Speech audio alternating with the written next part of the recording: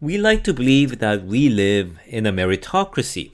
Meritocracy, by the way, is a society where success, power, or influence is owed to individuals based on their merit, their achievements, and their abilities. And this sounds fair and just, and even necessary. I mean, I personally would want my doctor to, well, have abilities befitting a doctor. And if their work is important enough, and they worked hard to be competent at that work, why not award those people with fitting influence and wealth? So, is our society a meritocracy? Now, that's much more difficult to say. That's because luck seems to play an important role in our success, important enough that our wealth, influence, or position may not be owed to those who have the most merit. And uncritically believing that our success is simply due to our merit may be harmful to ourselves and our society.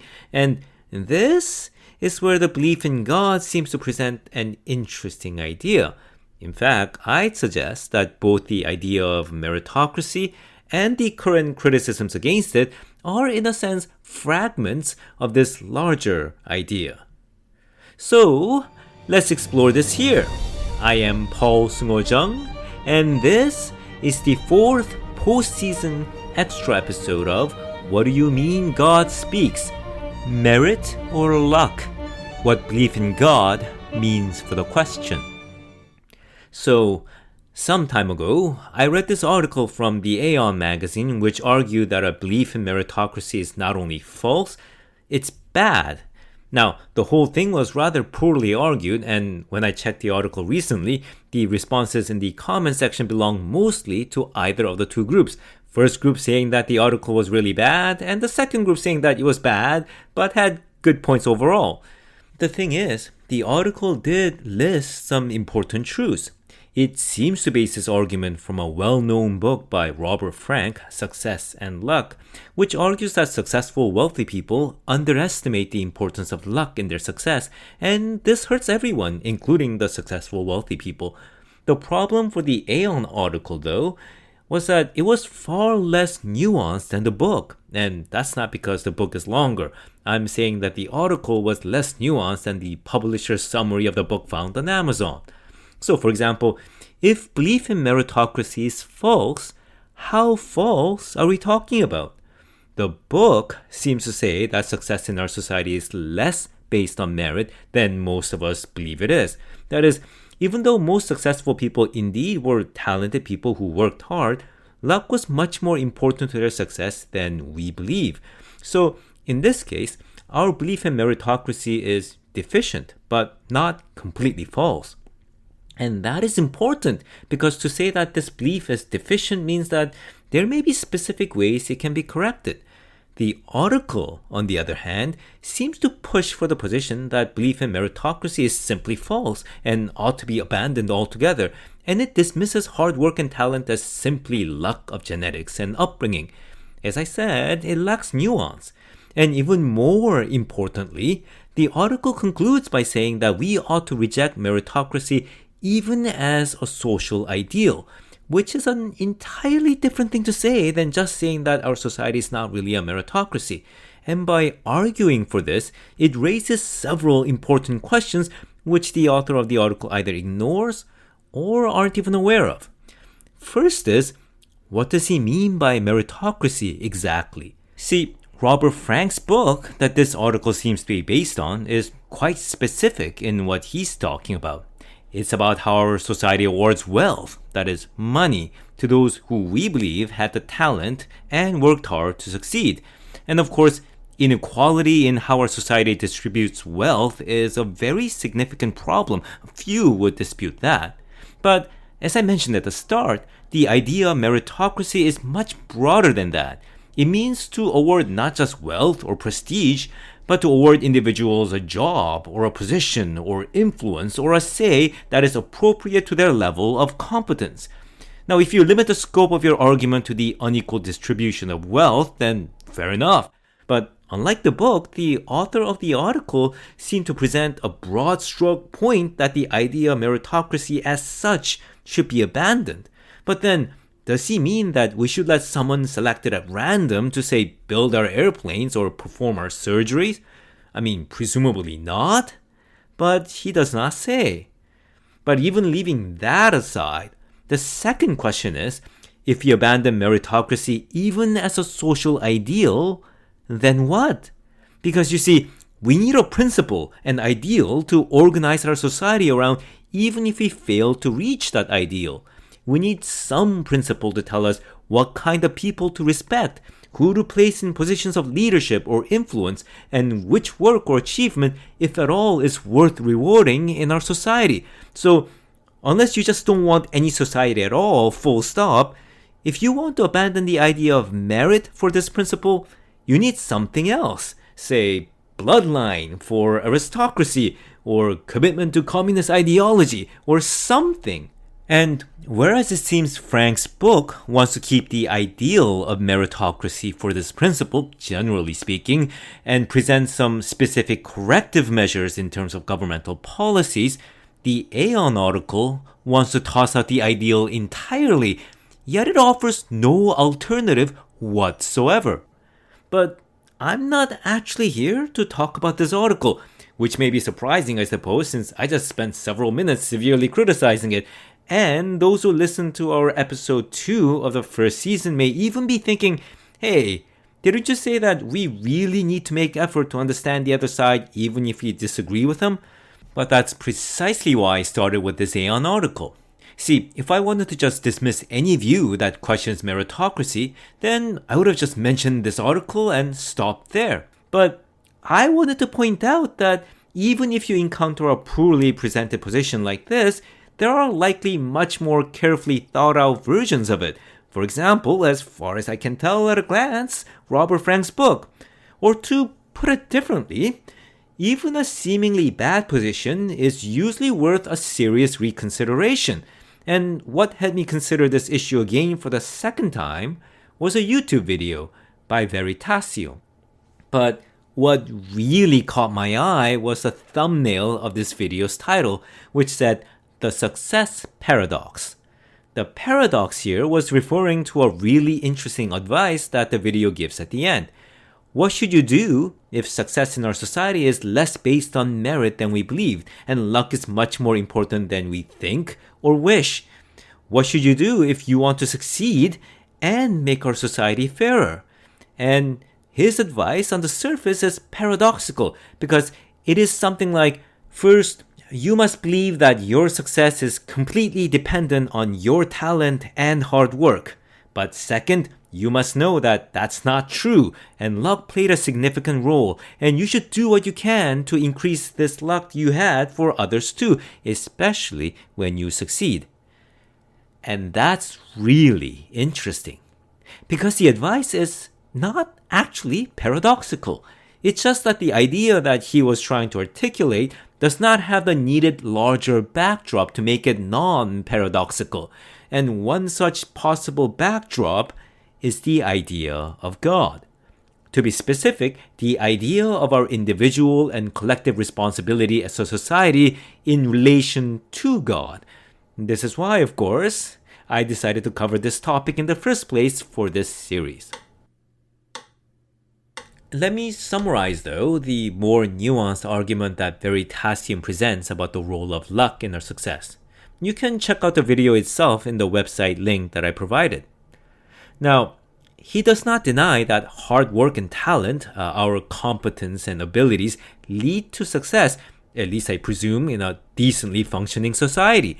But he invites how luck plays a role even there.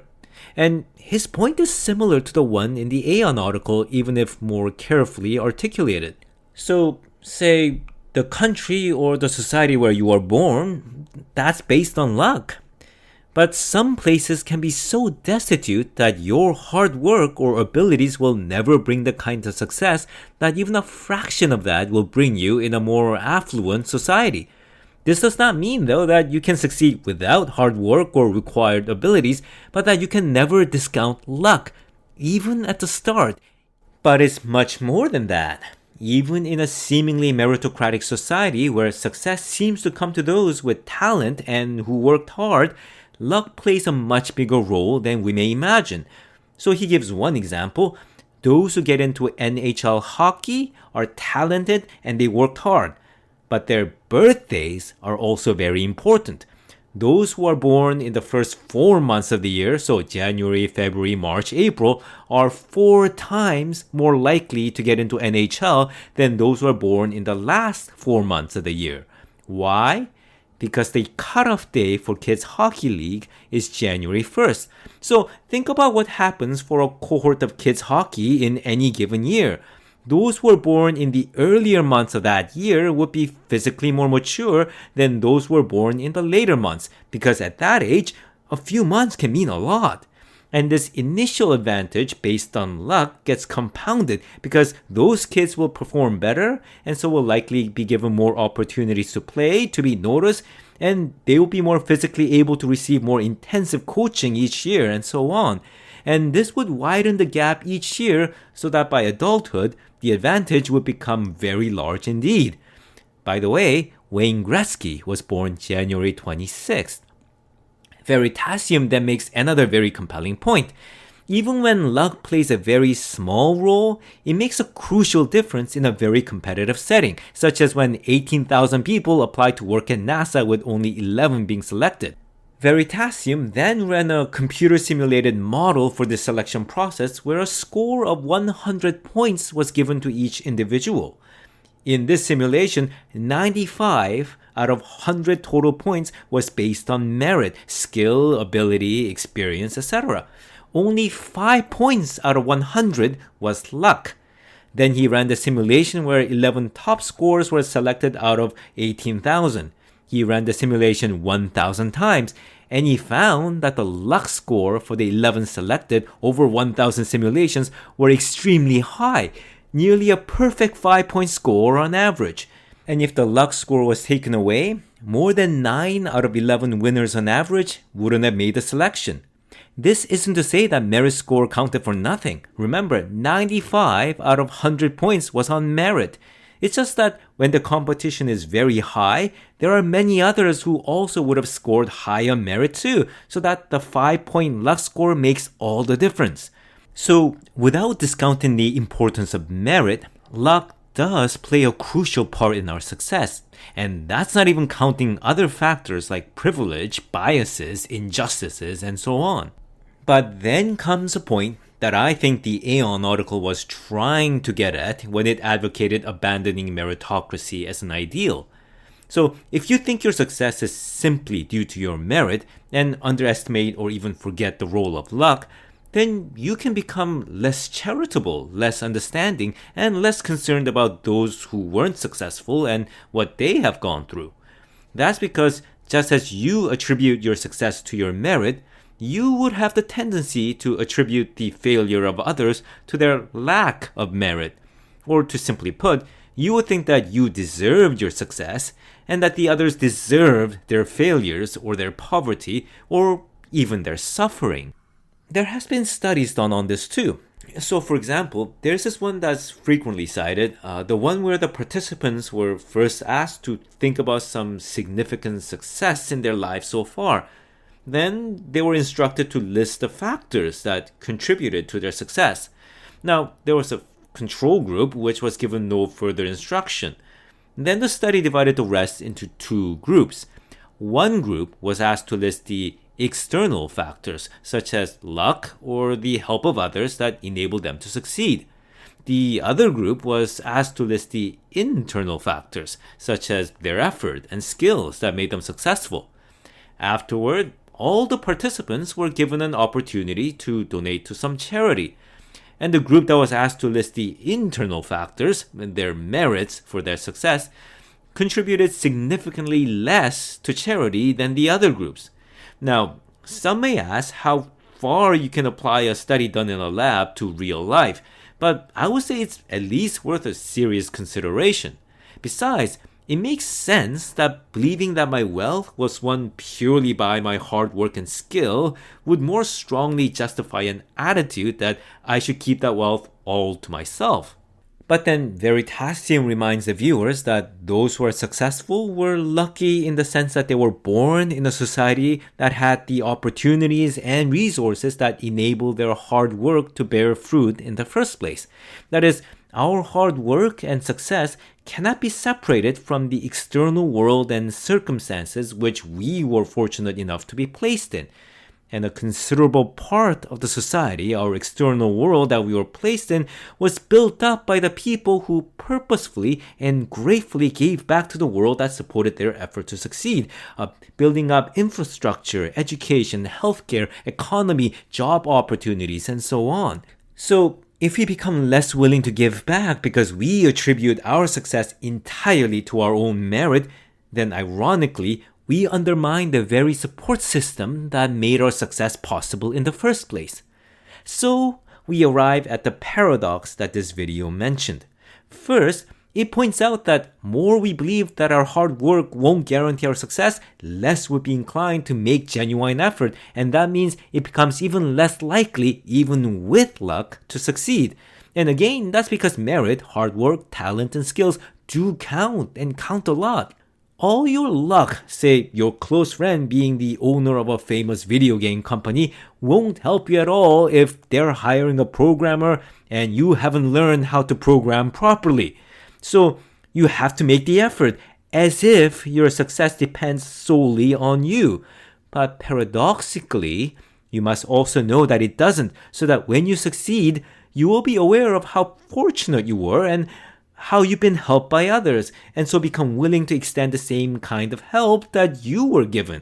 And in so doing, you should contribute to building a society where the kind of opportunities you are fortunate to be offered, say education, job training, or even help to get you back on your feet when you are down, are then offered to more and more people, which would then make our world fairer and more truly meritocratic. And therein is what Veritasium called the success paradox. But is it truly a paradox?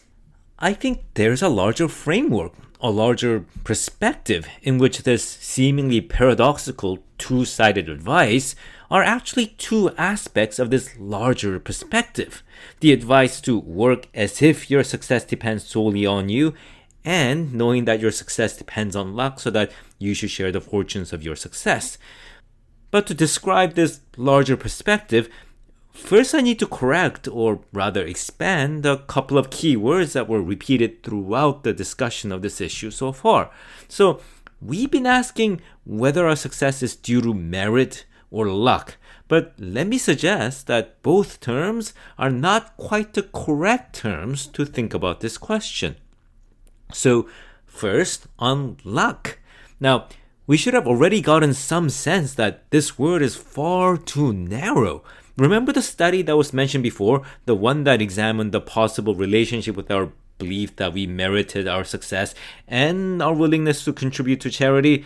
You may have noticed that in this study, they used the words external factors instead of the word luck. Luck is too narrow, and it has an implicit sense of randomness. But much of the examples of the so-called luck that we talked about aren't really random. The talents that you were born with aren't random per se. There are genetic factors that underlie their origins.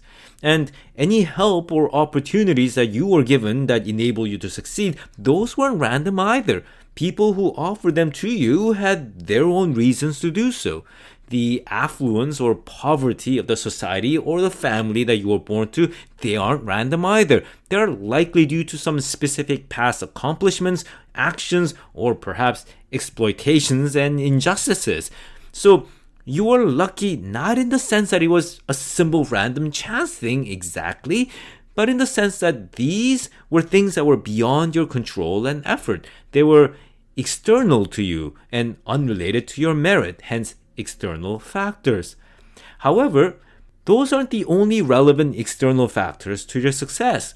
Much of the external factors that are absolutely necessary for our success are invisible to us most of the time, simply because they're so basic that we usually aren't even conscious of them. Consider, for example, our health. It took a pandemic this past year to realize how dependent our success and our life are to something like public health. Or consider that we need other people, period. We need other people who will help us in our need, or will work together with us in a crisis, yes, but even more simply, we need people to hire us, to promote us, or reward us, or buy our products. And we need a society with specialization of labor so that I can work hard on one thing without worrying about whether I also need to be a doctor, mechanic, police, farmer, and whatever else to survive. Then there's something even more basic. Say, the land we live on, or the natural resources available to us, or even the planet and its life-sustaining, for now, ecosystem, or the hospitable climate. Or the laws of nature that ensure the world continues to work one way and not, say, tear itself apart into incomprehensible chaos in the next moment. All this is to say, none of us are some purely independent, self-existing being. We live placed within a larger world of people, life, nature, and possibilities. And none of these exist because of something we've done, because of our merits. And all this isn't luck. They compose together a reality. And those of you who listened to the first episode of this series would know where this is going. For religions like Christianity, God is not simply some entity up in the sky. Rather, God is being itself. And what that means is that what we experience as God, or what God does, in the most general sense, according to Christianity, is what those of us living with a secular or non-theistic worldview would simply call reality. And that's everything that happens around us, that's external to us, and that's beyond our control and actions. Well, in fact, even the things within our control and actions, like our abilities and what we do, cannot be separated from external factors like our genetics or upbringing or education or opportunities. So our abilities and actions aren't some self-existing thing either, independent from what Christians would call God. Now, this idea is expressed in the 8th chapter of the book of Deuteronomy in the Bible, which says, "Don't forget the Lord your God when you become successful in the land he has given you.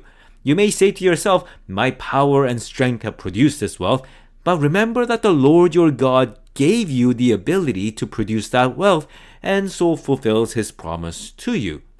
Again, it's not that you don't need to work for your success, and your work is important, but everything you're working with, the land, the people, the resources, the world itself, as well as your own existence and capabilities, is not something you have brought into being. You and I exist and live and work within a larger reality, within the larger work of God. And all of that is what the Aeon article or the Veritasium video was referring to with the word luck.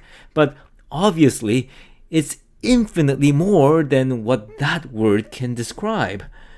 And that brings us to the second word, merit. In this question of luck versus merit, we have been preoccupied with the notion of whether we deserve our personal success.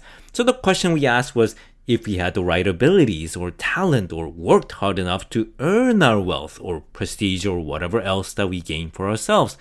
But there is another related question, which I consider to be more meaningful than whether we deserved our success. And it asks, living in the society, the world, the reality that we have been placed, what ought we to do? Or how should we live? Or more simply put, what are our responsibilities? Not, did he work hard enough to deserve our success, but rather, did he work hard enough to fulfill our responsibilities in whatever role that we were placed? So for example, not did I work hard to make, say, a popular video game which made me a lot of money, but rather, did I fulfill my responsibility as a maker of a video game by making one that's truly enjoyable and worth the price that I've charged? Again, not did I work hard enough to secure a lucrative business deal, but did I fulfill my responsibility in working hard to bring about a deal in which every party benefited, which in turn will build their future trust toward my business? What's the difference? Well, Comparatively speaking, the moral and ethical dimension of merit is more pronounced in that question. It is insufficient to work towards succeeding personally. There are moral responsibilities in how we work and what we aim for. And even more importantly, fulfilling our responsibility is not about whether we deserve our subsequent success or failure. Now, if you don't fulfill our responsibility, we should not succeed unless our society is unjust so that we can cheat or bribe others or otherwise heap our responsibilities onto someone else unfairly. And often our societies are unjust. But the question of responsibility does not demand personal success for our work in the way thinking purely in terms of merit does, where not succeeding when we merit success can justify our cynicism or resentment. The question of responsibility simply asks whether we did our part, hopefully to our utmost. Because fulfilling our responsibilities to the best of our abilities is up to us, whereas the result is not, or at least not completely.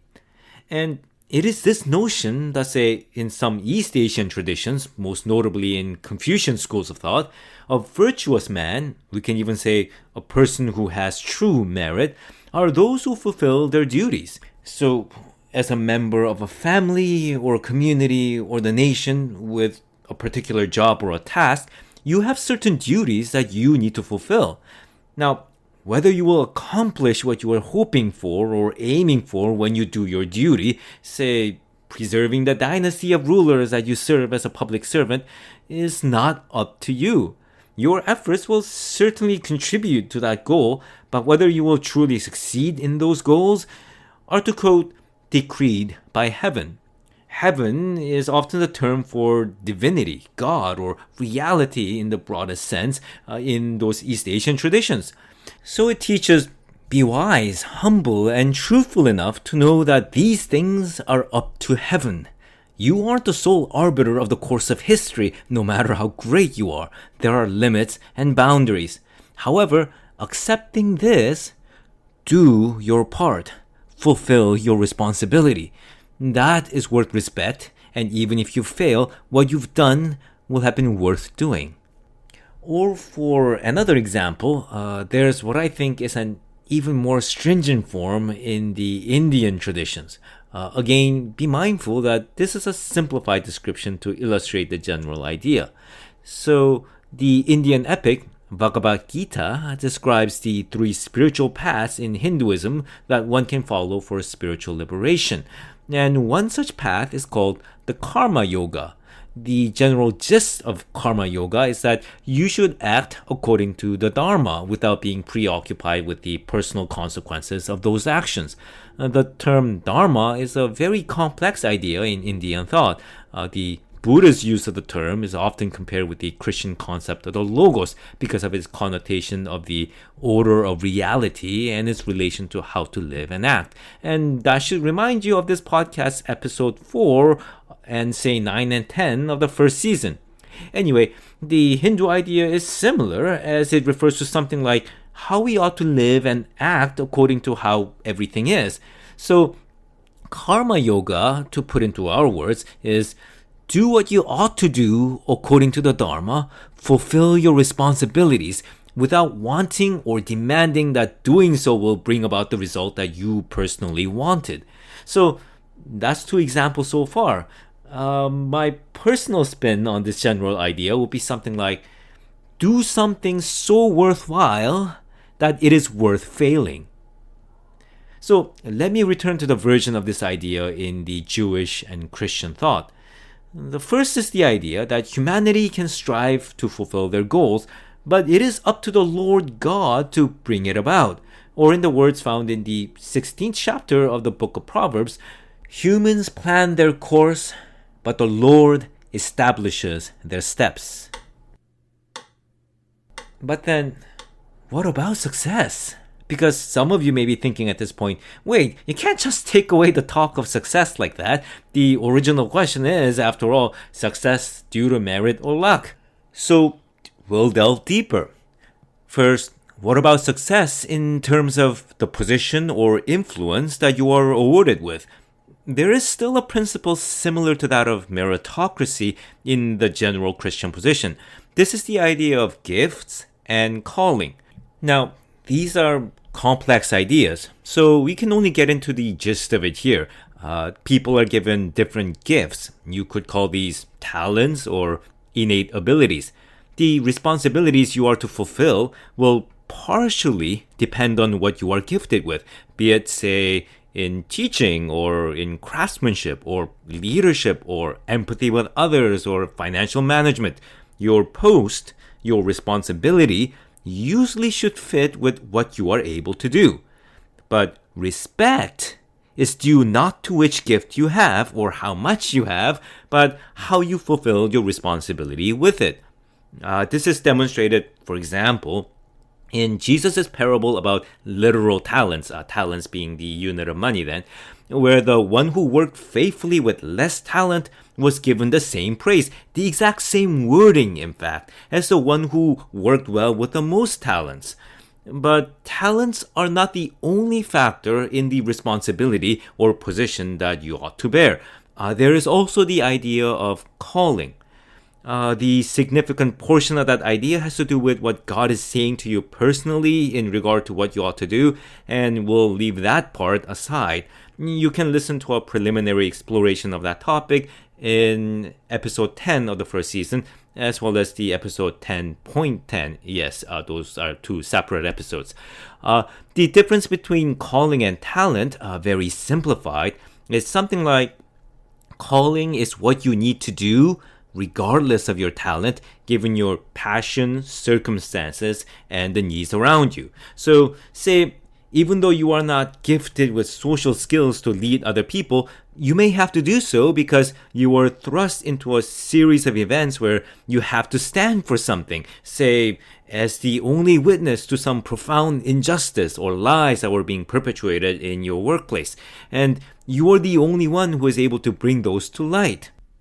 So, these are more complicated ideas than simply saying award positions or influence to those who have merit. It's more of an expansion to the idea of your responsibility before God. You are given certain talents and abilities, gifted with it by reality, by God, and likewise, you are placed into a certain set of circumstances and events in which you must step up. And that's the responsibility that you must bear. And the responsibility you are to bear is your position and influence.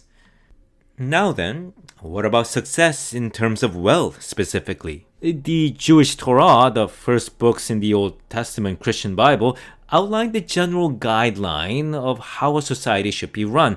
To be specific, how a Middle Eastern agrarian society 3,000 years ago should run.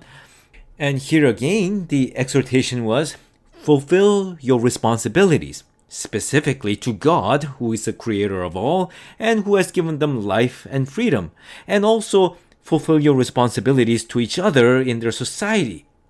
Be truthful, be faithful, be just, be merciful in how you behave before God and how you behave toward others and to the land.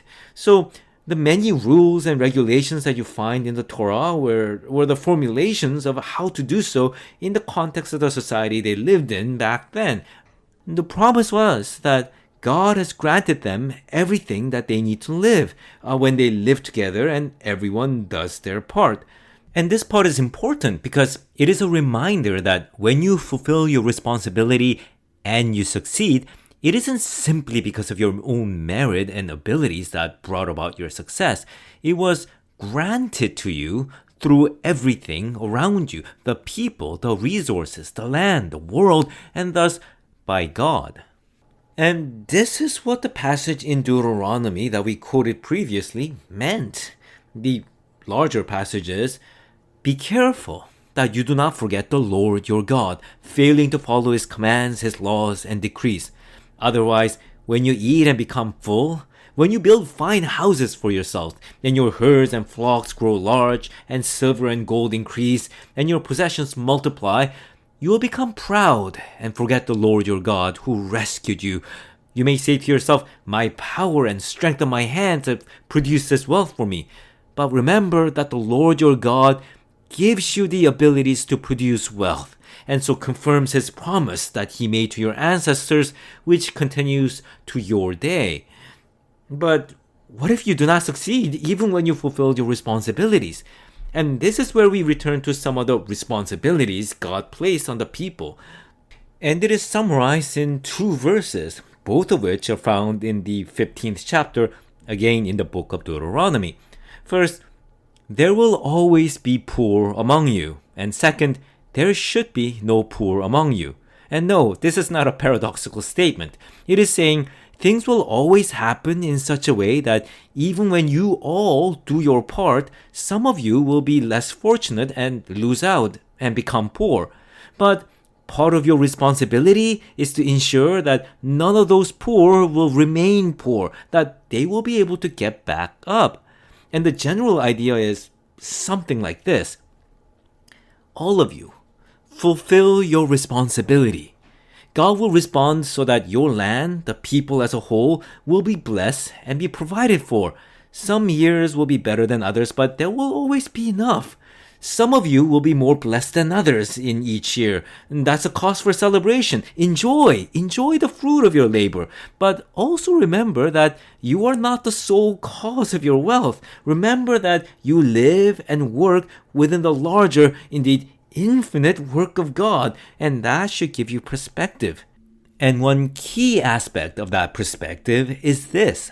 Sometimes, even when you fulfill your responsibilities to your utmost, you won't succeed because it isn't up to you. But do not fear.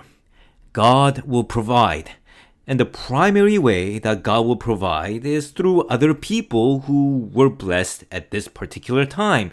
And they will extend their helping hand to you, so that in the future when they or their loved ones are in the need of a helping hand, that time you will be blessed to give them your helping hand. And by doing this, all of you will learn what it is to love your neighbor. And for the agrarian society of ancient Israel, the way they did so was twofold. First, if you're in need, you sell your ancestral lands or even place yourself in servitude of another family. But at a regular interval, all debt is to be cancelled and all lands are to be restored to their original owners, and those who became servants are to be freed. The point was that this system was not means to bind or exploit people in their times of misfortune, but to ensure that everyone had the means to provide for themselves during that time. Of course, those who were fortunate in those times would benefit from that extra land and extra service, but only in limited ways, and in ways that would protect and restore those who were not. The second way was that everyone were instructed to deliberately refrain from harvesting or collecting all the crops or fruits or produce, to miss them so that travelers or wild animals can help themselves on what were left behind. Now, could people refuse to do this or even abuse the system selfishly in some way? Of course. But that would be deliberately failing to fulfill their responsibilities, and collectively they will be destroying their relation to their God. Now, there will obviously be limits to how much of this we can apply to our society 3,000 years later, but the principle is the same. Each individual should fulfill their responsibility in their work to their utmost. If everyone does so, some will succeed more than others, but they must remember that they weren't the sole independent contributors of their success, and so do their part to ensure that others who also fulfill their responsibilities will be taken care of, as will they take care of you when the tables turn. This is justice. But God also asks you to be merciful, so that even those who didn't fulfill their part will be cared for and be given second opportunities, and third and fourth and fifth. Because after all, do you not want God to be merciful to you when you stumble? And none of that is paradoxical. And that is how the belief in God understands the question of merit and luck in regard to success. Thank you for listening. If you enjoy this content and would like to support this series, please subscribe, follow, and especially share. And also, by the next season, I'm planning to put up a Patreon account, I guess that's what it is, to those who would kindly support this series financially. But of course, simply coming by to listen is wonderful enough, and even more so if you would recommend this series to others. In the next extra episode, we will explore what Christ deliberately left out in his teachings, how the church has no example that it can follow regarding how to hold power and force over other people. But we tried it out on our own anyway, and that was a disaster. Okay, I'm going to shorten the title. You would think that it's the title of a Japanese light novel from the length of that thing. What? You're not familiar with that subculture? You missed the reference? Never mind then. Anyway, that episode is a kind of an addendum to the first season's 11th episode, the one titled How Evil Lurks Behind Christianity and Every Other Good Thing. And it was in the works before what's being happening in Canada right now, the discovery of the grave sites of our First Nations children who are forced into residential schools.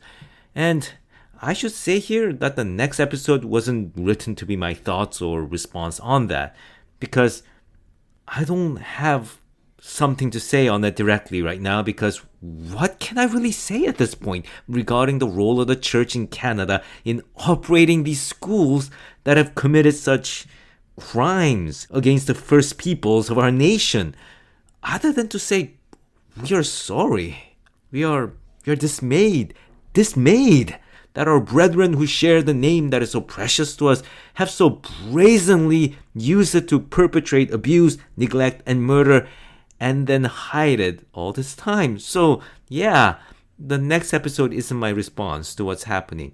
You can apply some of its lessons to understand part of what went wrong, and that will have to do, I suppose. So, that's the next episode. Please drop by then.